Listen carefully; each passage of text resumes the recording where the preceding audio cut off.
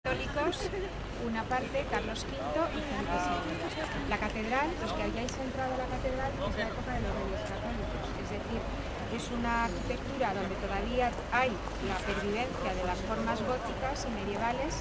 Si os habéis dado cuenta, ayer haciendo el vehículo gótico lo habéis visto de los rasgos góticos.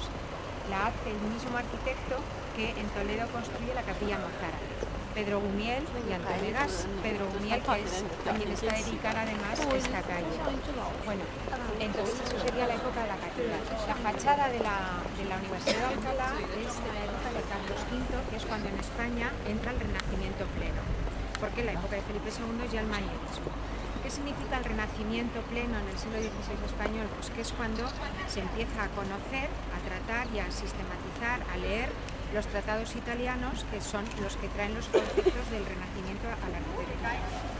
Esos conceptos básicamente se pueden centrar en lo que es la herencia del legado romano, y aplicado a la arquitectura es el eje de simetría a la hora de componer y disponer plantas y alzados. En esta época de Carlos V hay también como dos vertientes en cuanto a los arquitectos. Están los arquitectos que se han formado en Italia, que han conocido de primera mano esa arquitectura y esos tratados, y aquellos otros que conocen lo italiano a través de textos, de láminas, de grabados y de una información indirecta. El que construye la Universidad de Alcalá, este edificio que estáis viendo, pertenece a este segundo grupo. Partiendo también de esta formación, en el siglo XVI el oficial de arquitectura usa o el término tradicional maestro mayor, maestro cantero, o empiezan a usar el término arquitecto. Solo usan este título los que trabajan para Carlos V. De modo que es otra pista más para conocer al personaje que estamos tratando. Se llama Rodrigo Gil de Ontañón.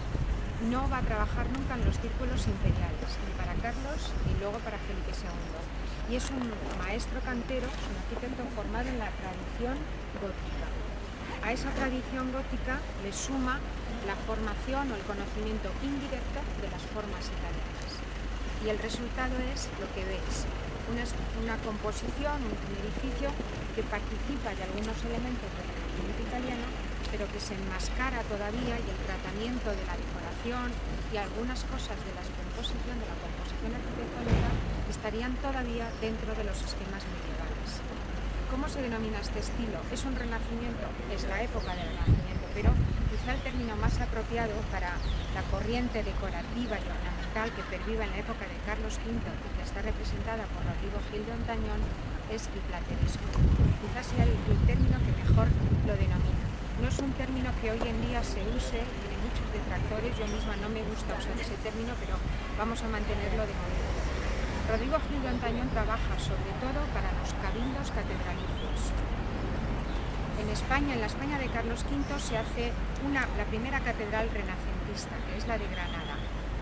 Pero el resto de los cabildos que quieren hacer su catedral, que no la han construido en la época gótica, siguen manteniendo la tradición gótica. Y en pleno siglo XVI, que tendrían que haber construido catedrales renacentistas, piden gótico.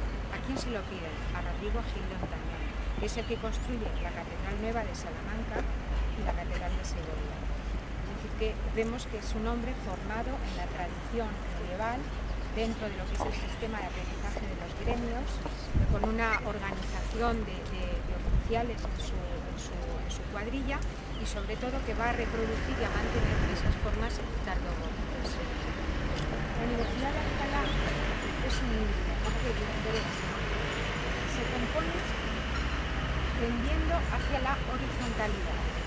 La tendencia a la horizontalidad y a marcar los niveles es una tendencia propia de los palacios florentinos del 480, es decir, es una tendencia italiana que él mantiene. Cada piso, si os dais cuenta, está muy marcado, cada nivel muy marcado por una molduración que intenta ser el uso de un entablamento. No conoce el uso de los órdenes, no lo ha visto, lo conoce a través de grabados. Entonces, mirad cómo lo que convierte en contrafuertes lo ha convertido, lo que hubieran sido contrafuertes lo ha convertido en una sucesión de pilastra, columna y arriba otra columna, otra pilastra cajeada, pero no reconocemos los órdenes.